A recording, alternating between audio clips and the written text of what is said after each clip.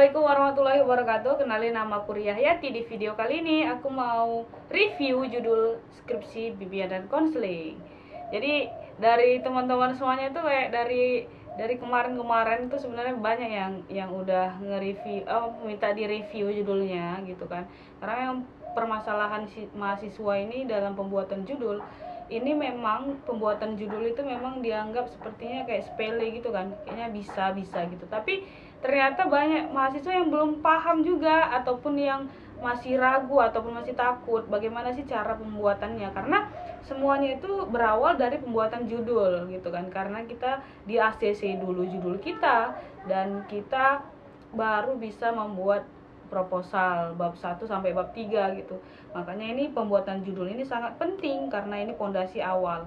Baiklah, kita akan menjawab pertanyaan dari si Septiani. Ini dia, Septiani. Septiani itu email aku ya. Mau nanya judul skripsi. Assalamualaikum Kak, boleh minta tolong rekomendasi judul skripsi nggak? Seperti judulnya itu susah gitu, tapi cara pengerjaannya nggak terlalu susah gitu Kak, katanya. Astagfirullah.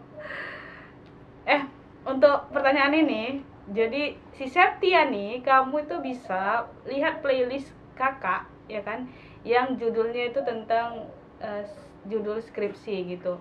Dan di situ itu kakak sudah review banyak sekali variabel Y ataupun permasalahan yang bisa kamu angkat sebagai judul skripsi kamu. Dan di situ juga ada beberapa judul-judul yang kakak angkat itu sebagai judul-judul yang pernah kami ajukan dulu pas kakak kuliah di Universitas Negeri Padang. Jadi kamu bisa cek langsung playlist kakak tentang judul skripsi. Banyak di situ judul-judul yang bisa kamu angkat gitu ya. Selanjutnya dia bertanya lagi, pertanyaan tanggal 5 Februari dan kembali bertanya tanggal 18 Februari. Assalamualaikum warahmatullahi wabarakatuh. Perkenalkan, nama saya Septiani, semester 6 dari Universitas Islam Negeri Raden Inten, Lampung. Wow, mohon arahannya. Wow, dari Lampung. Hai. Di sini dari Medan. Jadi sekarang di musim pandemi, para siswa susah menyesuaikan diri atau jadi malas belajar. Dan saya sering melihat malah orang tuanya yang jadi sibuk belajar dan mengerjakan tugas atau PR dari anak-anaknya. Dan anaknya malah jadi kurang peduli dengan tugasnya. Jadi gimana ya Kak untuk merangkai kata-katanya menjadi sebuah masalah dan mengangkat permasalahan untuk menjadi sebuah judul? Mohon arahannya Kak. Wih. Ya, yang kamu sebutkan tadi itu adalah identifikasi masalah. Jadi identifikasi masalah itu kayak kamu menganalisis permasalahan-permasalahan yang terjadi di sekitar terkait dengan permasalahan yang umum yang akan kamu angkat ini. Jadi kalau misalnya kamu buat permasalahan ini kemandirian belajar, ya kan? Siswa itu nggak mandiri dong belajarnya. Kenapa? Karena yang membuat tugas jadinya malah orang tua. Itulah identifikasi masalahnya, ya kan? Orang tua yang membuat tugas, siswa kurang peduli dengan tugasnya, terus siswa jadi siswa jadi susah menyesuaikan diri karena keadaan daring misalnya.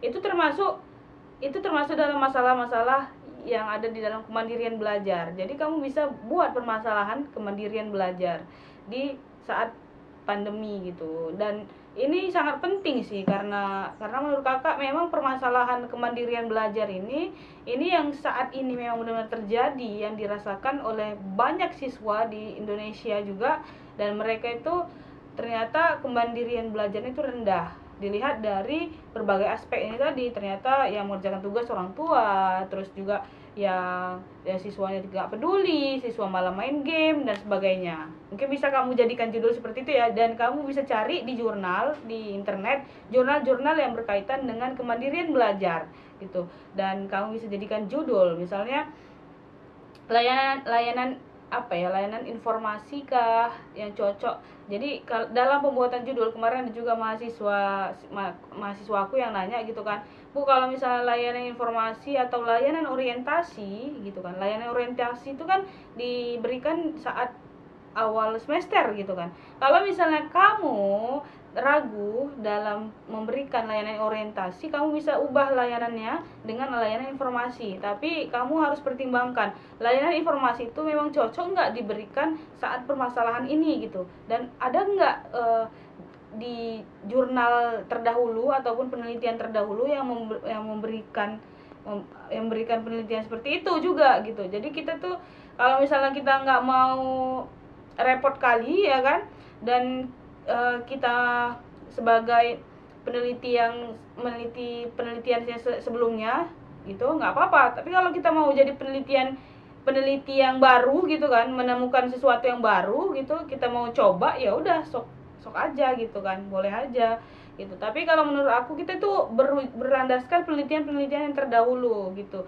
Dan kita itu cek juga apakah layanan informasi itu cocok dengan keadaan kemandirian belajar. Kita berikan teknik apa, pendekatan apa yang cocok, misalnya dengan kemandirian belajar dengan layanan informasi menggunakan teknik video gitu, ataupun teknik visual gitu, ataupun teknik gambar, atau apa aja yang kamu rasa cocok dengan kemandirian belajar. Dan itu kamu cari juga di jurnal-jurnal yang udah diterbitkan sebelumnya gitu ya. Mungkin itu aja yang bisa aku sampaikan, kurang dan lebihnya aku mohon maaf. Mohon dicek juga jurnal-jurnal, jangan cuma nanya doang, nanya aja Bu ya kan, nggak pernah ngecek jurnal, nggak pernah ngecek penelitian terdahulu, nggak pernah ngecek skripsi yang senior kita. Main-main lah ke kampus, jumpain dosen pembimbing, sharing dosen pembimbing, Kak dosen pembimbing aku sibuk. Ya semua orang juga sibuk gitu kan, tapi kita usaha terus.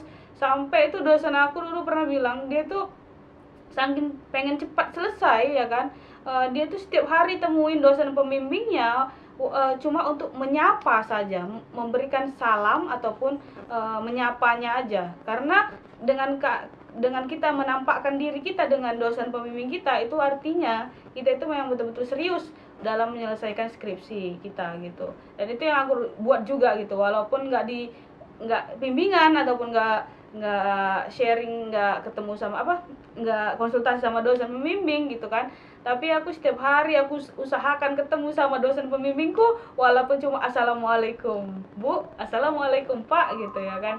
Dan itulah yang trik-trik itulah yang harus kita miliki sebagai mahasiswa gitu. Mungkin itu aja yang bisa kakak sampaikan. Kakak berharap semua mahasiswa semester akhir cepat selesai skripsinya dan wisuda gitu ya. Itu aja mungkin. Assalamualaikum warahmatullahi wabarakatuh. Bye.